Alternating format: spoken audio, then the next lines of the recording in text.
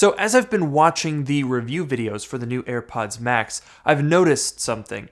In almost every video I've watched, there are just really intelligent reviewers giving extremely high quality opinions on what it's like to use AirPods Max as an audiophile, as someone who appreciates high-end headphones, and almost all of these reviews will have a line in there somewhere of like, oh, the average user might not notice this, but this makes a big difference or whatever. And then I think to myself, wait a minute, I'm the average user. So today I'm going to give my review of the AirPods Max as a complete audio noob, and to help me out a little bit, Drop has sent over the Drop X THX Panda headphones, which are $150 less. So let's see, are the AirPods Max really $150 better?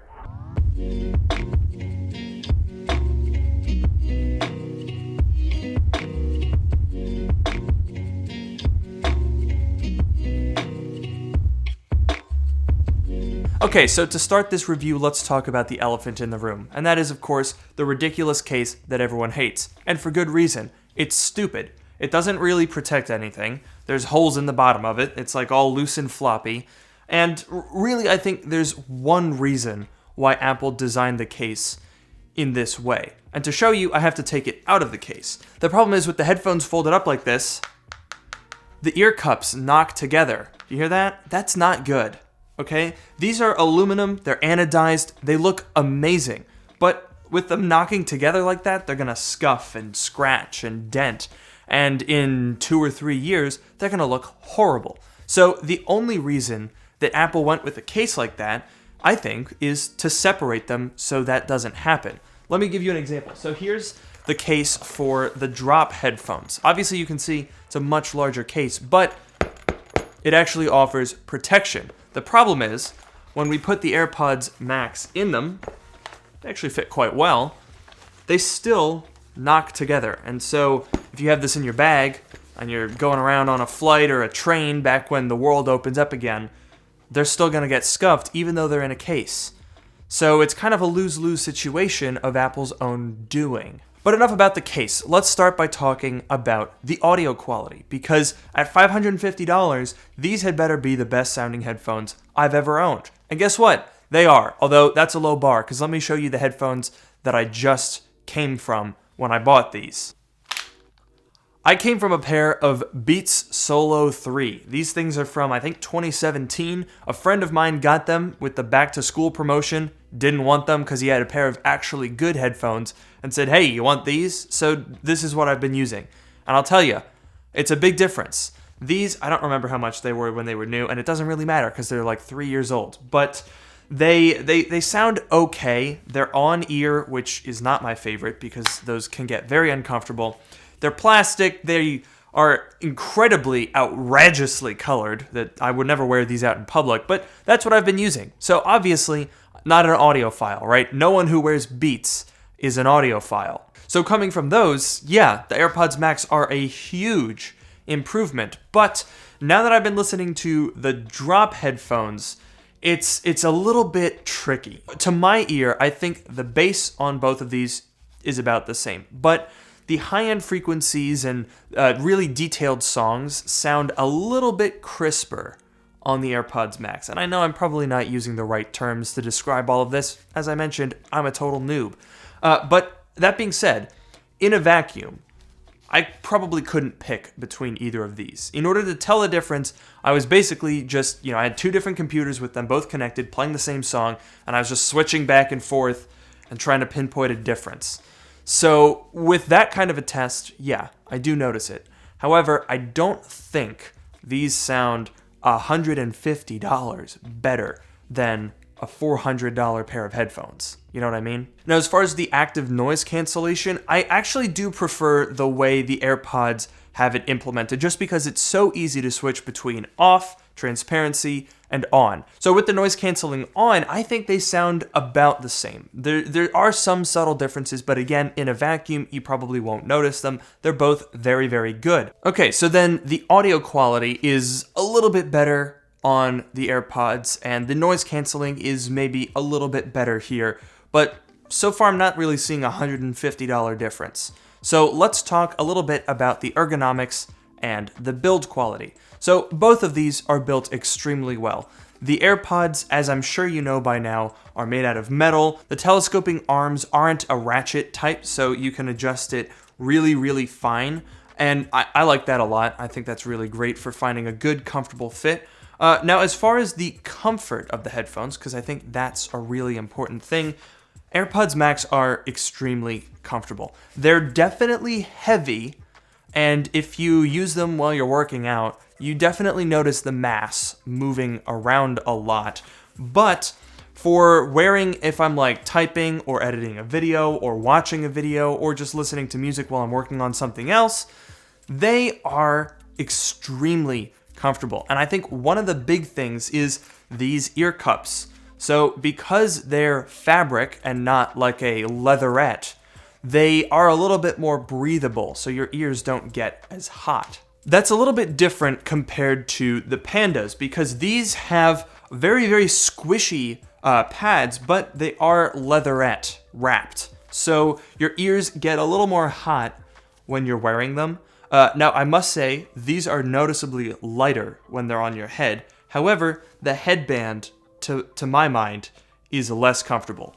So the difference is, this is, first of all, a narrower headband, so the weight is on a smaller portion of your head. And also, this padding, I'll be honest, it's not enough. It's not adequate. So after probably an hour or so, I start to feel it on my head, and it hurts a little bit, and then I move it around a little bit. The AirPods Max do get that as well, but because you've got this mesh on a wider strap, it distributes the weight a little bit more evenly, so it takes longer for it to become noticeable. So continuing on with build quality, I think the Drop Pandas are a little bit worse. The plastic on the top of the headband definitely feels cheap, but in terms of when you're wearing the headphones, which is kind of the point, these are really, really high quality. The band, it might feel a little bit cheap on top, but it's very solid, very robust, and importantly, the arms where it holds the cups are actually made of metal, so they rotate very smoothly. They don't creak or squeak like a plastic unit would. There's also something to be said for charging via USB-C, which I think is preferable to Lightning, and we have the added versatility of a headphone jack, so you can use these things wired. In terms of ergonomics, there are some key differences. The AirPods Max have 2 buttons. They're on the right ear up top. So the first one toggles noise cancellation, and you can choose what that toggles between. By default, it goes between noise cancellation on and transparency mode. I've turned it to toggle between off and on noise canceling because I don't use transparency mode. The Drop Pandas, on the other hand, have a little, it's like a 4-way switch. So you can go forward or backwards to skip or rewind. You can go up and down to change the volume, or you can press forward, play, pause, and hold it to turn it off because it's also the power button. Now, I have to say I prefer the way AirPods handles the controls. I find them to be a little bit more convenient, though I wish the AirPods had a power on-off function so you didn't have to use the case. But crucially, I think the most noticeable thing is the volume controls. Quite simply, on the Drop Pandas, when you turn the volume up or down, it jumps by too much. It goes from too quiet to too loud. The AirPods, because you have that dial and really satisfying audio feedback when it turns the volume up or down, it allows you to make really, really fine adjustments, and it's much better. But by far and away, the most annoying thing about AirPods Max is the ear detection. It's really, really irritating. Now, granted, you can turn it off, and I have, but by default, it works like other AirPods. So you pull out one of the AirPods, and it pauses the music. Same with this. You pull up one of the cups if you want to talk to someone, and it pauses what you're listening to. Good, in theory. But the problem is, with these, if you want to adjust the headband, and you go like this, it stops the music. If you remove it like this, just to, maybe your hair gets messed up and you want to move it around a little bit, just taking it off this much, it'll disconnect the AirPods because it thinks it's taking them off your head. And then you put them back on, and then it has to reconnect and then play the music. Like, it's either on, and then you get all the annoying parts of the head detection, or off, and then you get nothing.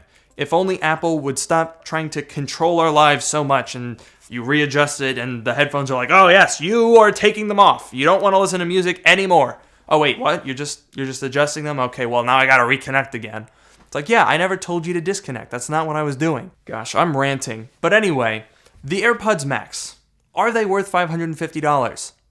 No. I think $550 for a pair of headphones for the average user, that's the perspective of this video. I think it would be hard to justify any pair of headphones at that price point, especially when you can get 90% of the way there for $150 less. And sure, there are some irritating things about these headphones. For example, the audio that turns up too loud, or the ear cups that tend to be a little bit sweaty, or the headband that hurts your head a little bit if you listen to it for a long time. But to get a tiny bit better audio, plus a little bit better ergonomics for $150 extra, I'm just not sure that's a good value. So that's my take on AirPods Max. I think a lot of people are way overreacting to these. Folks, it's a pair of headphones. You don't need to buy them. There's plenty of good options available. And again, big thanks to Drop for sending these over for a point of reference. I think it was really useful to have an actual comparison here. So if you found this video helpful, leave a like down below, leave a comment letting me know what you think of AirPods Max. Are they good? Are they overpriced? I'm curious to hear what you guys think. And while you're down there, you might as well follow me on Twitter at Luke Miani and check out my subreddit in the description below. And with that, I'll see you all in the next video.